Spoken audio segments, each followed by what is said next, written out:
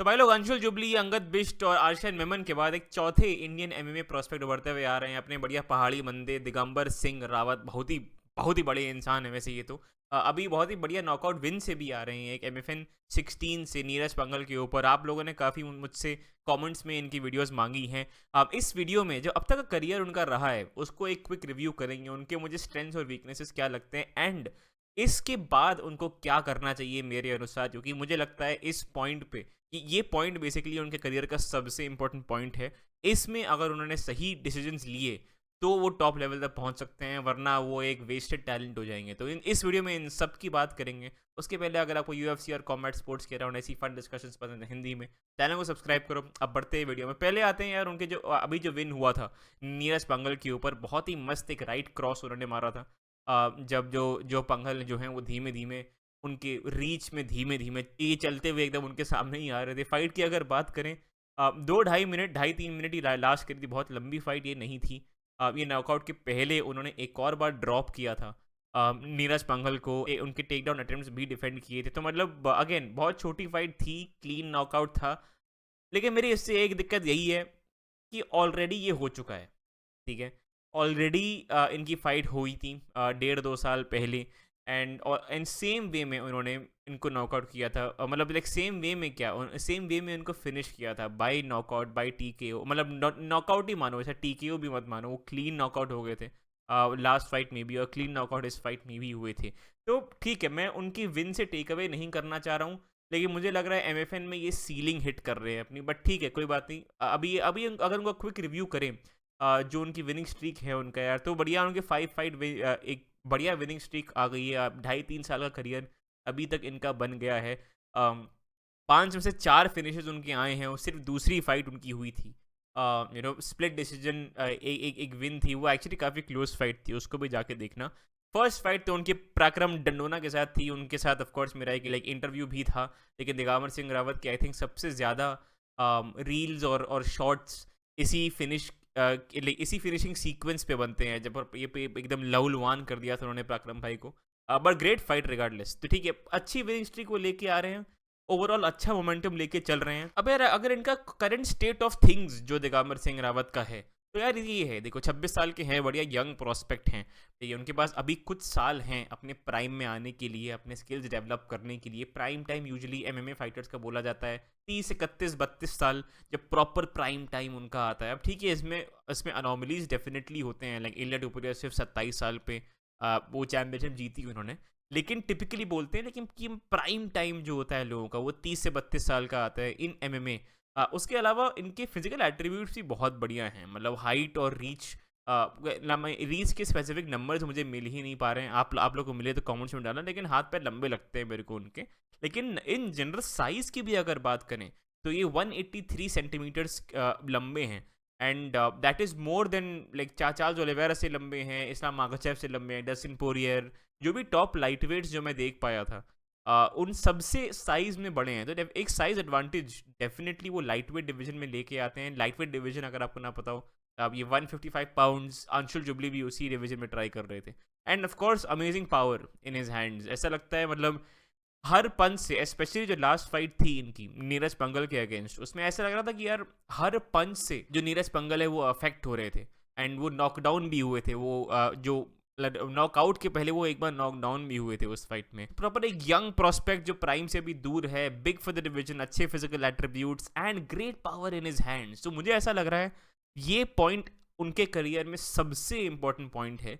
उनको अगर इस पॉइंट के बियॉन्ड अगर उन्होंने सही डिसीजंस नहीं लिए, तो एक बहुत एक वेस्टेड पोटेंशियल और वेस्टेड टैलेंट रह सकते हैं वो। मुझे लग रहा है सबसे पहली चीज़ जो उनको करनी चाहिए अपने करियर को एक पॉजिटिव ट्रेजेक्ट्री में स्टार्ट करने के लिए, एमएफएन छोड़ो। एमएफएन का टैलेंट पूल बहुत ही लिमिटेड है, इसलिए उन्होंने सेम बंदे से 2 बार फाइट करवा दी। लाइट वेट डिवीजन में कोई भी नहीं है। इनका फेदरवेट डिवीजन बहुत बढ़िया है, फेदरवेट डिवीजन में बहुत टैलेंट है। राहुल थापा भाई हैं, उसके अलावा क्या कहते हैं, अरे जो चैंपियन है उनके यार, संजीत बुधवार, श्याम आनंद, जैकी गहलोत, बहुत बहुत टैलेंट है इनके फेदरवेट डिवीजन में।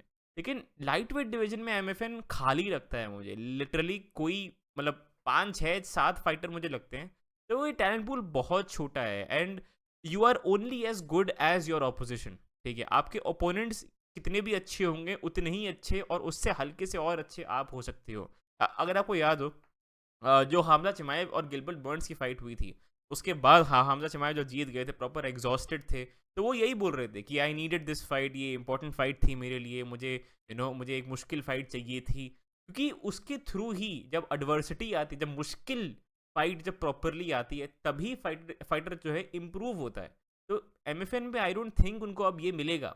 एमएफएन में उनकी सीलिंग आ चुकी है, उनको मूव ऑन धीमे धीमे करना चालू करना चाहिए। बहुत सारे ऑर्गेनाइजेशंस हैं, ब्रेव सीएफ है जहाँ पे राणा भाई ने भी चालू किया था, क्योंकि पीएफएल अब आ गया है, जीएफएल करके नया एक नई ऑर्गेनाइजेशन तो चालू हुई है, बट पता नहीं मतलब जीएफएल अभी चालू हुई हो रही है, आई एम नॉट श्योर क्या करने वाले हैं ये लोग। अब एक भी फाइट उनकी अभी तक हुई नहीं है। और उसके अलावा road to UFC, Angad Bisht और अंशुल जुबली ने भी सेम रूट लिया था। मुझे लग रहा है हमको अंशुल जुबली और अंगद बिष्ट की गलतियों से सीखना चाहिए। मतलब गलती क्या, मतलब अपॉर्चुनिटी तो अपॉर्चुनिटी है, बट आई फील लाइक अभी एस्टैब्लिश हो गया है कि एमएफएन और यूएफसी का गैप बहुत चौड़ा है। ठीक है, रोड टू यूएफसी में एशियन टैलेंट आएगा, Asian talent again lower level का आता है। ठीक है, लोअर लेवल नहीं अगेन, मतलब अच्छा ठीक टैलेंट आता है, बट देन उसके बाद जब आप यूएफसी में फाइट करने जाते हो तो इंस्टेंटली आपका इतना बड़ा स्किल गैप मुझे लग रहा है आ जाता है कि आई थिंक हमको उसके पहले थोड़ा सा एक ग्लाइड पाथ, अगर उसको हम लोग बोलें, कि यूएफसी और एमएफएन के बीच में एक और ऑर्गेनाइजेशन के साथ जिसका इसका टैलेंट लेवल थोड़ा सा एक लेवल नीचे हो, उसमें अगर थोड़ी सी सक्सेस लेना वो चालू करें, तो आई फील लाइक वो एक नेचुरल धीमे धीमे आराम आराम से एक प्रोग्रेशन चालू होगा लाइक दिगंबर रावत का। तो I think brave CF PFL बहुत ही बढ़िया ऑप्शंस हैं इन दोनों के लिए। अब यार ये तो ऑब्वियस ही बात है कि यार मतलब दिगंबर भाई के चाहने से कुछ नहीं होता, हमारे चाहने से कुछ नहीं होता, ऑर्गेनाइजेशंस को भी इंटरेस्ट आना चाहिए। लेकिन ये आई बिलीव उनके मैनेजर्स का काम रहेगा, जो दिगंबर भाई होंगे, कि ये सब कॉन्वर्सेशंस चालू करना एंड एक एमएफएन की बियॉन्ड कोई ऑर्गेनाइजेशन ढूंढना। जीएफएल भी अच्छा स्टार्ट हो सकता है। जीएफएल अगर एक्चुअल लेजिट लीग है, तो उसमें काफ़ी सारे पुराने पुराने यूएफसी स्टार्स जैसे लाइक टोनी फर्गसन वगैरह आ रहे हैं, तो हल्के से वॉश्ड जो ओल्ड स्टार्स हैं उनके साथ अगर आप जाके फाइट वाइट करो, तो एटलीस्ट एक धीमे धीमे आपका एटलीस्ट एक प्रोग्रेशन चालू होगा अब अपने करियर का। लेकिन एमएफएन से यूएफसी का तुरंत वाला जंप हम देख चुके हैं कि बहुत स्टीप हो जाता है। ये मुझे लगता है उनका इमीडिएट नेक्स्ट स्टेप होना चाहिए।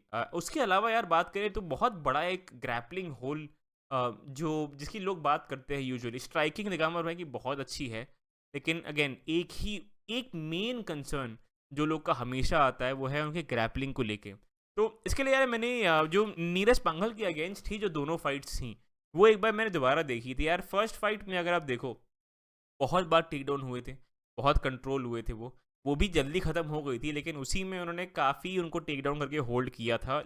उठ जा रहे थे वो, ऐसा नहीं है कि दिगंबर भाई हलवाई है एकदम कि मतलब छू लो तो गिर जाएंगे, ऐसा भी नहीं है। उनको टेक डाउन भी हो रहे थे तो वो उठ भी रहे थे, हेल्पलेस नहीं है ग्राउंड पे, is what I am saying. Second fight में जब वो लाइक जब एक बहुत ही बढ़िया एक सिंगल लेग जब पकड़ा था नीरज पांघल ने, तो ये दिगंबर ने काफ़ी अच्छा हॉप करके केज के अगेंस्ट वो लोग गए थे, एंड केज के अगेंस्ट मतलब अपने अंडर हुक्स एस्टैब्लिश करके वो टेक डाउन डिफेंड उन्होंने कर लिया था। एंड जबकि ये अगर अगर आप ये वाला देखो, ये बहुत ही बेकार पोजीशन है, ये सिंगल लेग मतलब हाथ ही में पूरा एक पैर आ गया है उनका, इसके बाद भी उन्होंने डिफेंड कर दिया। अब ये आप नीरज पांघल की इनकेपेबिलिटी बोलो या दिगंबर भाई की कैपेबिलिटी बोलो, वो आपकी चॉइस है, लेकिन आई थिंक वो डेफिनेटली उनका take down defence and in general anti wrestling improve तो हुआ है, और धीमे धीमे ऐसे ही इस पर बिल्ड करना है। बट अगेन बेटर कॉम्पिटिशन की बहुत ज़रूरत है। तो क्या दिगंबर सिंह रावत अपने अगले इंडियन प्रोस्पेक्ट बन सकते हैं? मुझे लगता है हाँ यार। अब देखो, एक बहुत बड़ी चीज़ ये हो जाती है कि लोग सीधा यूएफसी चैंपियन की बात करने लगते हैं कि क्या ये यूएफसी चैंपियन बन सकते हैं। भाई बहुत लंबा रूट होता है यूएफसी चैंपियन बनने का, लोग पूरा जीवन लगा देते हैं यूएफसी चैंपियन बनने में। बट आई रियली थिंक अगर वो प्रॉपरली, क्योंकि वो यंग भी हैं, उनमें कैपेबिलिटीज़ भी हैं, अगर वो धीमे धीमे अपना प्रोग्रेशन बढ़ाएं, अपने स्किल्स को इम्प्रूव करें, तो उनके पास फिजिकल एट्रीब्यूट्स भी हैं, उनके पास टाइम भी है, उनके पास अभी at least at this level skills भी हैं। तो अगर वो आराम से प्रोग्रेस करते हुए, क्वालिटी ऑफ कंपटीशन ग्रेजुअली बढ़ाते हुए, उसके बाद जब यूएफसी में एंटर करेंगे, तो आई रियली फील लाइक वो अच्छा परफॉर्म कर सकते हैं। अगेन अगर उन्होंने सही डिसीजंस अभी लिए, और इसमें सबसे बड़ा हाथ उनके मैनेजर्स का होगा। तो बहुत बड़ा काम है अभी उनके मैनेजर्स के हाथों में। उसके अलावा आप लोग मुझे बताओ कि क्या इनको एमएफएन से मूव ऑन करना चाहिए? अगर करना चाहिए तो उनको कौन सी ऑर्गेनाइजेशन में पहले ट्राई करना चाहिए? उसके अलावा वीडियो पसंद आए लाइक करना, चैनल को सब्सक्राइब करना। मैं आपको मिलता हूँ अगली वीडियो में। बाय।